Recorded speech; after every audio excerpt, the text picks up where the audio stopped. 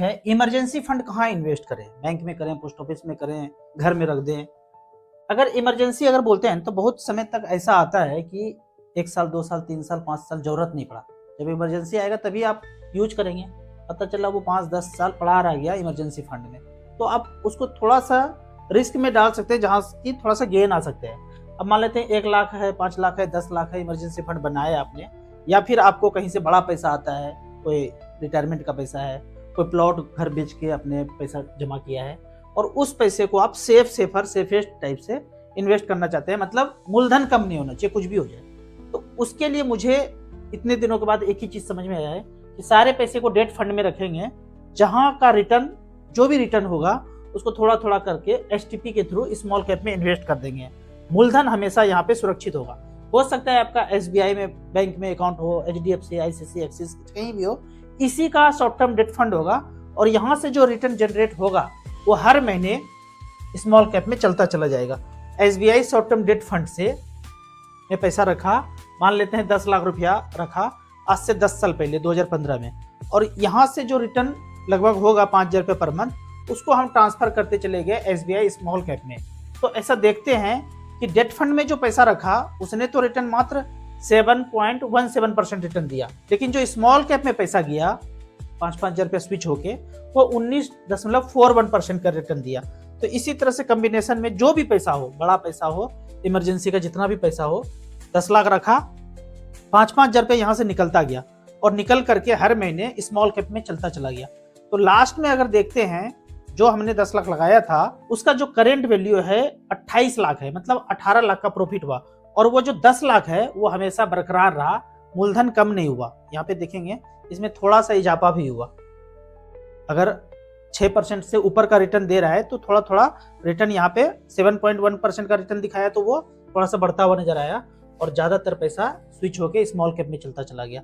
तो कॉम्बिनेशन में आप रिटर्न इस तरह से चेक कर सकते हैं कि इमरजेंसी फंड है तो हमेशा पैसा सेफ में न रख करके उसका जो रिटर्न है ट्रांसफर करके स्मॉल कैप में थोड़ा सा रिटर्न एक्स्ट्रा जनरेट कर सकते हैं। अब यहाँ पे कुछ कमेंट्स का बात करते हैं। कमेंट्स में पहला क्वेश्चन है, HDFC flexi cap for retirement, HDFC small cap for child, 27 साल का एज है, क्या अच्छा रहेगा?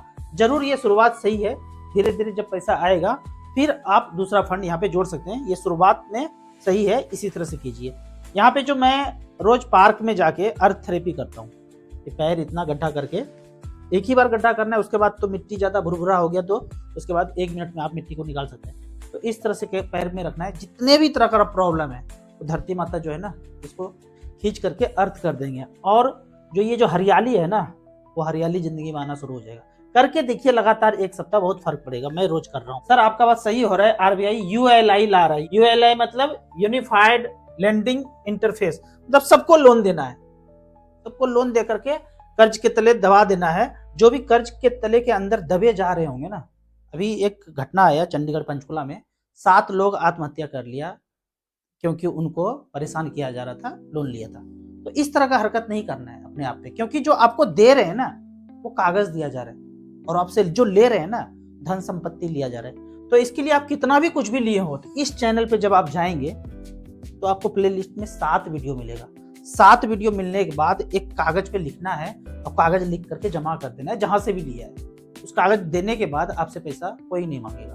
आगे कंटिन्यू करते हैं। डेट म्यूचुअल फंड में लमसम कर सकते हैं, बिल्कुल कर सकते हैं। 10 लाख 20 लाख 50 लाख रखा और यहाँ का जो रिटर्न है उसको आप स्मॉल कैप में ट्रांसफर करते चले जाइए, ताकि यहाँ पे लंबे समय तक पैसा अगर इन्वेस्टेड रहे तो स्मॉल कैप का इक्विटी का बेनिफिट आपको मिल सके। जब भी बैंक में जाते हैं तो अपना ही इंश्योरेंस प्लान बेचने के लिए लगे रहते हैं। जरूर जाएंगे तो आपको यूलिप, ट्रेडिशनल प्लान, इन सब में फंसा दिया जाएगा। बेहतर है कि उनको आप चेक काट के दे दीजिए एसबीआई स्मॉल कैप का, भैया इसी में करना है, घर से ही लिख के लेके जाइए एसबीआई का स्मॉल कैप। वहां भी नहीं, उसमें भी फेल हो जाते हैं तो डिस्क्रिप्शन में लिंक है, वहां से आप मिनिमम 500 रुपए से एसआईपी शुरू कर सकते हैं। धीरे धीरे जब समझ में आए फिर आप ज्यादा पैसा इन्वेस्ट कीजिए। राहुल सर मुझे 4 साल बच्चे के लिए एसआईपी स्टार्ट करना है, बैंक में जाता हूँ तो अलग ही प्लान समझाना शुरू कर देते हैं। वो तो ऐसा करेंगे ही क्योंकि वहां ज्यादा कुछ मिलता है। म्यूचुअल फंड करेंगे तो ज्यादा कुछ नहीं मिलेगा। फिर भी आप वही ट्राई कीजिए, घर से चेक लेके जाइए। जो भी फंड आपको लेना है, SBI Contra, SBI large and mid cap, SBI mid cap, SBI small cap, घर से लिख के ले जाइए और वहाँ एसआईपी शुरू कर दीजिए। जब लिख के चेक पे वही लेके जाएंगे तो मजबूरी में 1 सप्ताह के बाद वो क्रिएट कर ही देंगे।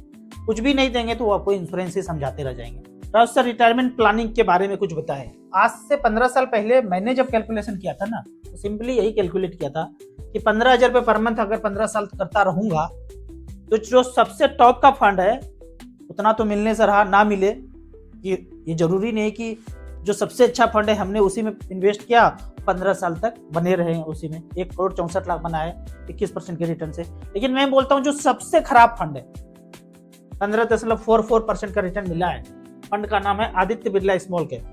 15,000 रुपये पर मंथ चलता गया 2010 से लेकर अब तक 27 लाख जमा हुआ है और पैसा बने 95 लाख। इससे थोड़ा सा कम भी हो तो रिटायरमेंट पूरा हो गया, रिटायरमेंट प्लानिंग हो गया।